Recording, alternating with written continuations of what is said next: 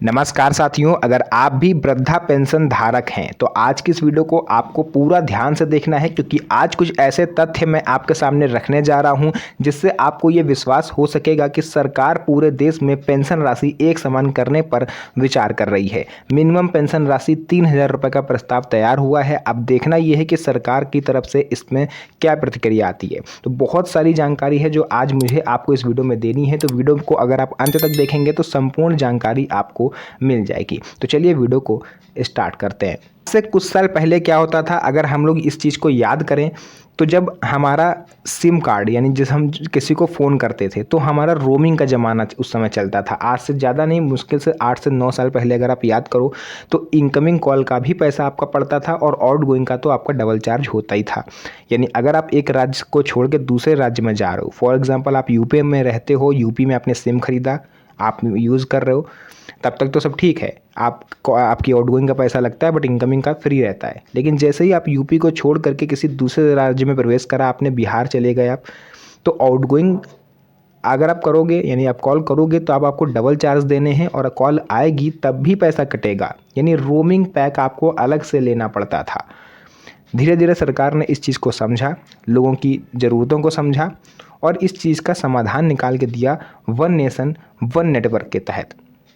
इस नए नियम से पूरे देश के किसी भी राज्य में आप ट्रैवल करो, कहीं भी जाओ, तो देश के अंदर रोमिंग जैसी समस्या ख़त्म कर दी गई। यानी आउटगोइंग आपकी जैसी रहती थी सामान्य रहेगी और इनकमिंग आपकी फ्री रहेगी। यानी अगर सामने वाला आपको कॉल कर रहा है तो उसके पैसे जाएंगे, ना कि आपके। तो ये नियम ख़त्म हुआ।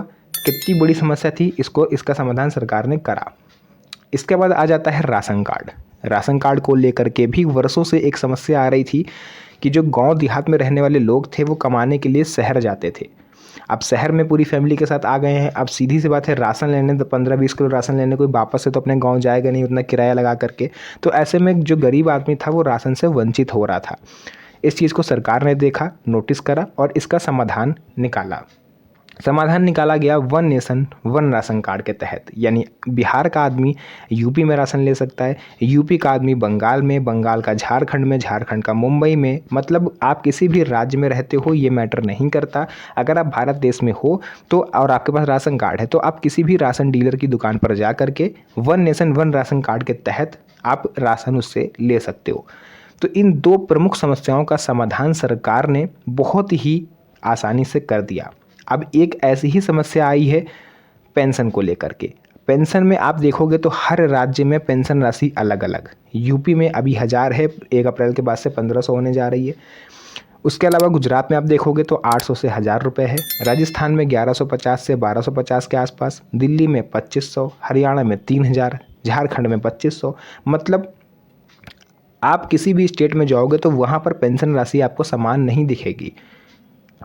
हर राज्य की पेंशन राशि अलग अलग है। तो सरकार ने ये प्रस्ताव बनाया है कि क्यों ना जो भी पेंशन राशि है वो वन नेशन वन इलेक्शन, यानी कि जो सरकार का प्रस्ताव है, यानी एक देश एक चुनाव, वो अभी भी पारित है, यानी अभी पारित नहीं हुआ है, माफ़ कीजिएगा, वो प्रस्ताव बना हुआ है, उस पर काम जारी है।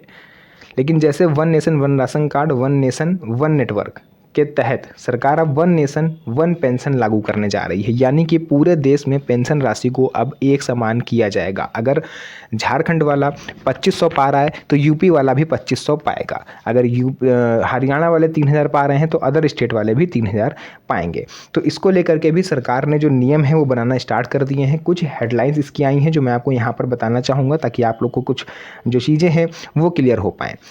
सबसे बड़ी समस्या है जो मैंने आपको बताई, हर राज्य में अलग अलग पेंशन मिलती है, उसको सरकार अब सुधारने पर फोकस कर रही है। क्योंकि देखिए, अगर 1,000 रुपये या 1,500 रुपये आपको मिल रहे हैं, फॉर एग्जांपल यूपी में अगर 500 रुपये बढ़ते हैं और 1,500 रुपये आपको मिलते हैं, यानी पर डे 50 रुपये।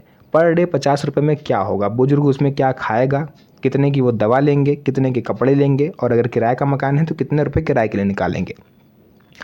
तो सरकार से जो सामाजिक संगठन है उनका कहना सिर्फ इतना सा है कि भैया कम से कम 100 रुपये तो आप डेली के दो, ताकि जो गरीब आदमी है वो खा पाए और दवाइयाँ उससे ले पाए।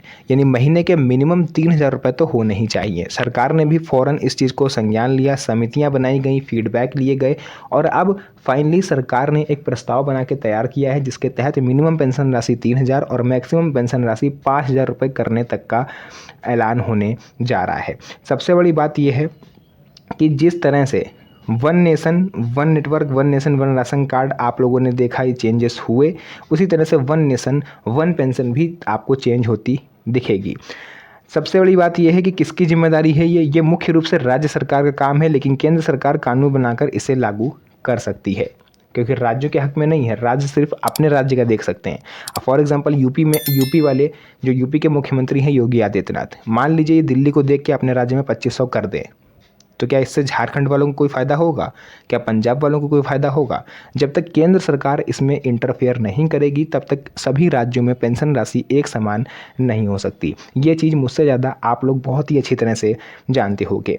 तो सरकार से भी अपील रहेगी, अगर आप इस वीडियो को देख रहे हैं या सरकार का कोई भी उत्तराधिकारी इस वीडियो को देख रहा है, तो मिनिमम 100 रुपये तो पेंशन होनी ही चाहिए, चाहे वृद्धा पेंशन हो, विधवा पेंशन हो या विकलांग पेंशन हो।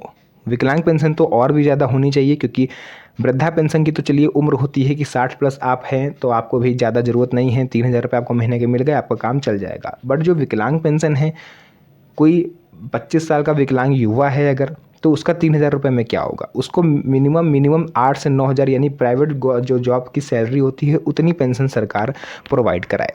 बाकी मेरा काम है सिर्फ सरकार तक आप लोगों की बात पहुंचाना। आप लोग की इसमें क्या राय है? क्या मिनिमम पेंशन 3,000 होनी चाहिए? क्या सभी राज्यों में पेंशन राशि एक समान होनी चाहिए?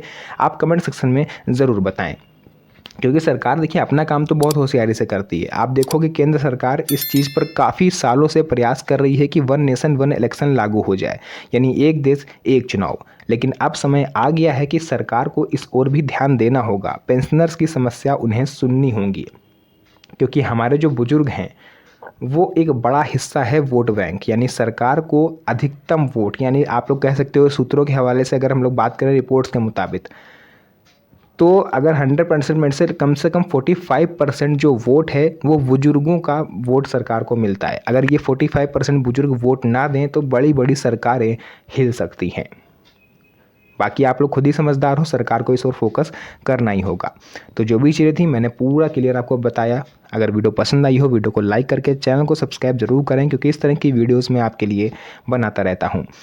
तो आप लोग से रिक्वेस्ट एक ही रहेगी कि इस वीडियो को जितना हो सके शेयर जरूर करिए, क्योंकि हो सकता है कि अगर सरकार तक ये वीडियो पहुंच जाए तो आपकी मिनिमम पेंशन 3,000 हो जाए।